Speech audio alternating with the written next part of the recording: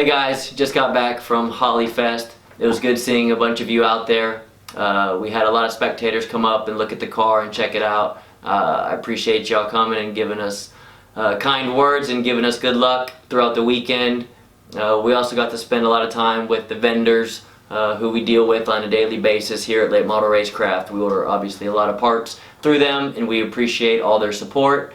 One of the big events of the weekend was obviously us trying to shoot for that 7-second time slip with our C7 Corvette. We had the opportunity to run Justin, aka Stangkilr, in a grudge match. I believe it was the second round of qualifying, where we ran a great 8:05 at only 164 miles an hour. We did get the win light and we did set a new world record.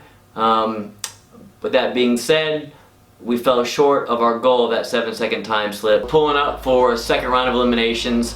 With all the street cars being run at events like this, tracks usually aren't the greatest, and it's not the track's fault or even the track prep's fault.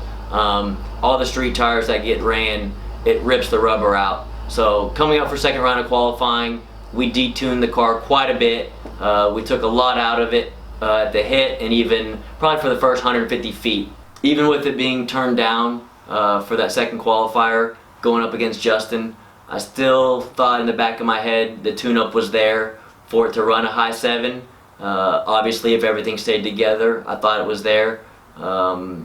As it turns out, the tune-up was there to run that.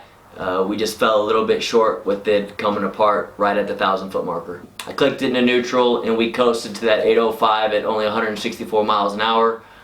We got the car out of the trailer now. It's going up on the rack. We're going to check it out, see what all we hurt. Hopefully the damage isn't too bad. Get it fixed and hopefully be back at the track soon.